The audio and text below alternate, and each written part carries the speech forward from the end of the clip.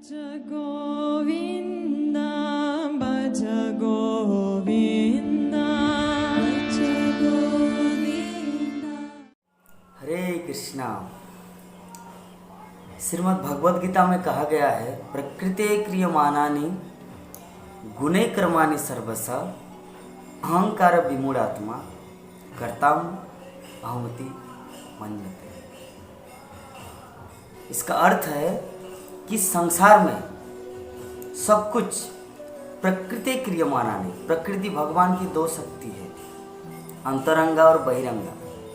प्रकृति भगवान की शक्ति, प्रकृति का अर्थ होता है भगवान कृष्ण की शक्ति।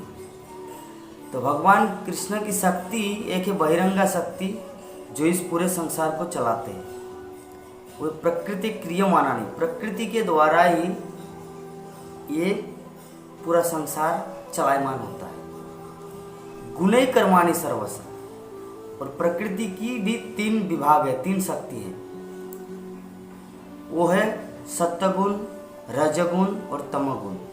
ये तीन प्रकार के लोग इस संसार में पाए जाते हैं, क्योंकि ऐसा कोई व्यक्ति नहीं जो तीन गुणों के बाहर है। सत्वगुण व्यक्ति का लक्षण होता है कि वो सत्यवादी होता है, वो दूसरों के कल्याण कार्य, परोपकार में रुचि रखता है, वो किसी का अहित नहीं करता, वो सबके कल्याण के बारे में सोचता है, खुद का कल्याण, दूसरों के कल्याण के बारे में सोचता है एटलीस्ट, जिसे कहा जाता है सत्वगुण। रजोगुण व्यक्ति का लक्षण होता है लोभी, वो खुद कैसे स्वार्थपर, वो खुद कैसे अपने आप को कंफर्टेबल लाइफ में सुंदर रूप से जीवन यापन करेंगे, सुंदर रूप से रहेंगे, अपने पत्नी बच्चे, मतलब अपने सीमित क्षेत्र में वो बहुत ही एक्टिव रहता है, जबकि सारे संसार के बारे में सोचता नहीं, दूसरों के लिए उतना चिंता नहीं करता, जिसे कहा जाता है रजोगुणी, बहुत लोभी होता है।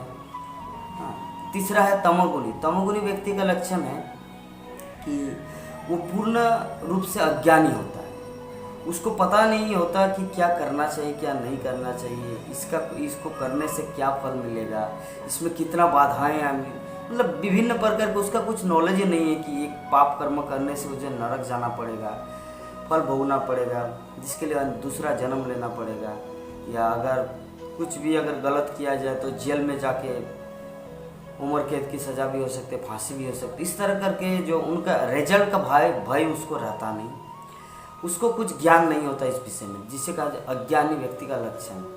यह है तमोगुणी व्यक्ति का लक्षण।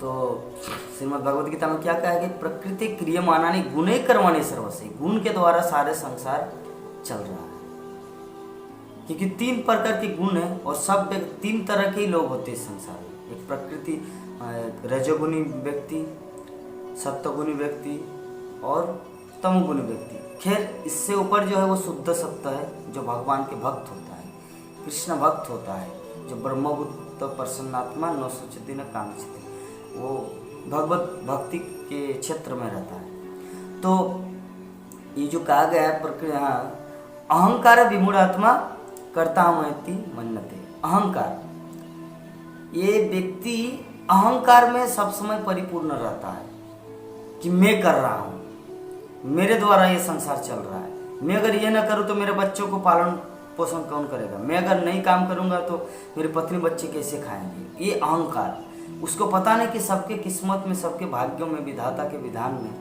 ये भगवान कृष्ण जो सबका भरण पोषण करता है, विश्वभर, उसको ये सबका ज्ञान नहीं होता, जिसके कारण वो अपने आप को अहंकार से गर्वित होता है। अहंकार विमूढ़ात्मा कर्तामति मन्यते। वो विमूढ़ मतलब मूर्ख, वो अहंकार के द्वारा पूरी तरह ढका रहता है, और वो पूर्ण रूप से इतना अनभिज्ञ होता है कि कैसे क्या कुछ हो रहा संसार में, वो सब मेरे द्वारा हो रहा है। कर्ता हम इति मन्यते, वो खुद को समझता है, मानते हैं कि मेरे द्वारा ये संसार चल रहा है। तो वास्तविकता ये नहीं है।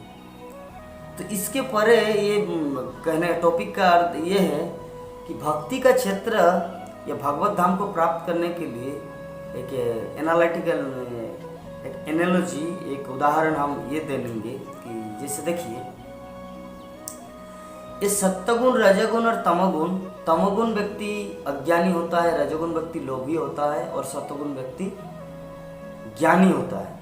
वो समझता है क्या करना चाहिए क्या नहीं करना चाहिए। वो ऐसे स्तर में आता है जिस स्तर में वो भगवान कृष्ण की शुद्ध भक्ति करने में सक्षम होता है। उदाहरण स्वरूप जैसे कोई मुंबई से दिल्ली अगर एयरपोर्ट से मतलब फ्लाइट से उड़ान भरेंगे, कहने का अर्थ है वो फ्लाइट से जाएंगे, तो पहले उसे वो एयरपोर्ट आना पड़ेगा। पूरा मुंबई शहर, ऐसा नहीं कि मुंबई की किसी भी जगह से वो डायरेक्ट दिल्ली आ सकता है, नहीं। मुंबई में कोई एक जगह में एयरपोर्ट है, उस एयरपोर्ट में उसे जाना पड़ेगा, हवाई अड्डा, और वहाँ पे जाने के बाद उसको प्लेन में उठना है, प्लेन में चढ़ना है, फ्लाइट में चढ़ना है। फ्लाइट में चढ़ने के बाद वो फ्लाइट जब चलेगा, उड़ान भरेगा और दिल्ली आएगा, तब वो अपने गंतव्य स्थल दिल्ली तक पहुंचेगा।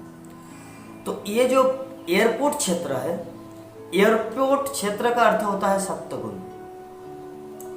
सत्वगुण वो स्टेज है, वो प्लेटफॉर्म है कि जिस स्टेज के माध्यम से वो व्यक्ति भक्ति कर सकता है, शुद्ध भक्ति कर सकता है। हाँ, तो मुंबई का कोई व्यक्ति वो दिल्ली जाएंगे तो पहले उसे कहाँ पर आना पड़ेगा? एयरपोर्ट। एयरपोर्ट में प्लेन है, उस प्लेन से वो उड़ान भरेगा। तो ये प्लेन, ये जो एयरपोर्ट है, ये है सत्वगुण। इस सत्वगुण के क्षेत्र में वो भगवत भक्ति रूपी फ्लाइट है। वो फ्लाइट जब वो व्यक्ति इस सत्वगुण में आया, मतलब इस एयरपोर्ट में आया, और वो व्यक्ति एयरपोर्ट में आके फ्लाइट में चढ़ा, फ्लाइट में चढ़ गया। फ्लाइट में चढ़ के फ्लाइट सीधा दिल्ली के लिए रवाना हुआ। तो ये सत्वगुण ये सर्वे सर्वा नहीं है। कोई सोचता है कि सत्वगुण में आने से भगवत भक्ति मिल गया, ना। सत्वगुण तो प्लेटफॉर्म है, वहां से आप कहीं पर जा नहीं सकते, लेकिन यहाँ तक आने के बाद फ्लाइट आपको पकड़ना है। फ्लाइट मतलब भगवत भक्ति। वो भगवत भक्ति के फ्लाइट रूपी आपको अपने गंतव्य स्थल भगवत धाम भगवान कृष्ण के पास पहुंचा दे। ये है सत्य, जिसे कहा जाता शुद्ध सत्य, शुद्ध भक्ति। इसीलिए श्रीमद् भागवतम में कहा गया, तमो रजस तमो भावा काम लोभ दयश्च चेतरेतर अनाविद्धम स्थितिं सत्य प्रसिद्धति।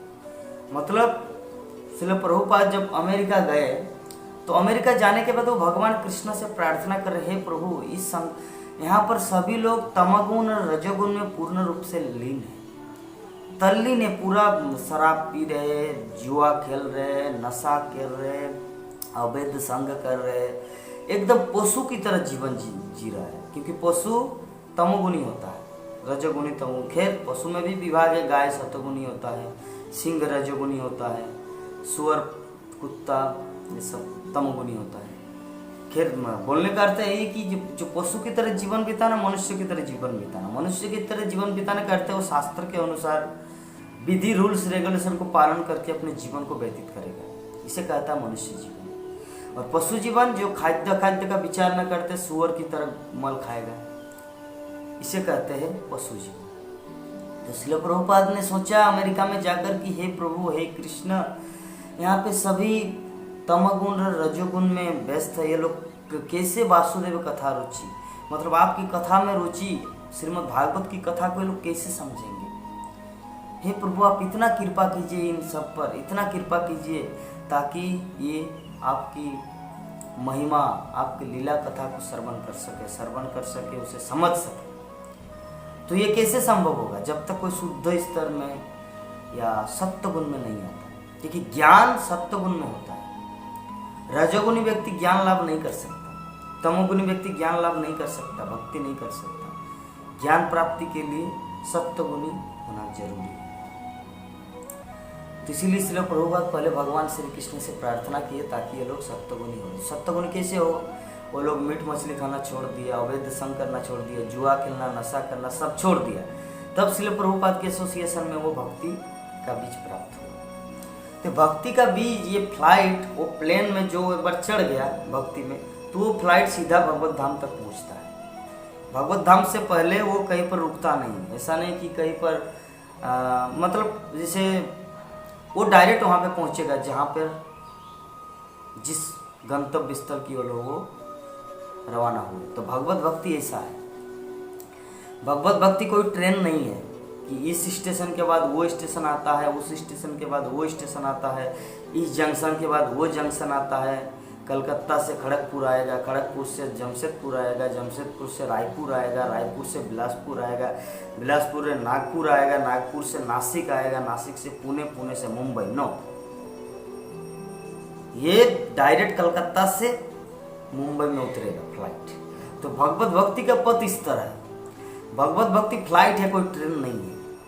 भगवत भक्ति के पथ में एक बार आसीन हो गए आप तो सीधा आपको भगवत धाम गोलोक वृंदावन पहुंचाएगा। ये है इसकी महिमा। तो समझ गए। पहले क्या बताया कि ये सत्वगुण जो है वो एयरपोर्ट है, क्योंकि व्यक्ति तमोगुण और रजोगुण शहर के किसी भी क्षेत्र से, मुंबई के किसी भी क्षेत्र से दिल्ली नहीं जा सकता, पहले एयरपोर्ट आना पड़ेगा। रजोगुण और तमोगुण से व्यक्ति डायरेक्ट भक्ति नहीं कर सकता, पहले सत्वगुण उनके हृदय में सत्वगुणी व्यक्ति बनना होगा। पहले एयरपोर्ट आना होगा, फिर फ्लाइट छोड़ेगा, फिर आप मुंबई दिल्ली आएंगे। पहले सत्वगुणी बनना पड़ेगा, तब आप भक्ति कर पाएंगे। वो भक्ति से आप दिल्ली भगवत धाम वृंदावन जाएंगे। तो एयरपोर्ट मतलब शुद्ध सत्वगुण, जो मांसाहार नहीं करना है, नशा नहीं करना है, जुआ नहीं खेलना है, अवैध स्त्री संग नहीं करना है, अवैध संग नहीं करना है, और शास्त्रों की विधि निषेधों को पालन करना है। ये होता है शुद्ध सत्वगुण। और इसी सत्वगुण के क्षेत्र में वो फ्लाइट खड़ा है। और वो फ्लाइट में आप जब चढ़ गए, अंदर घुस गए, बैठे, और वही फ्लाइट आपको उड़ान भर के ले जाएगा दिल्ली। तो भगवत भक्ति में आए, हरे कृष्ण महामंत्र जप किए, श्रीमद् भागवतम का अध्ययन कर रहे, भागवत कथा श्रवण कर रहे, भक्तों का संग कर रहे, तो वही फ्लाइट आपको एक दिन भगवत धाम गोलोक वृंदावन तक पहुंचे। तो यही था आज का टॉपिक। हरे कृष्ण।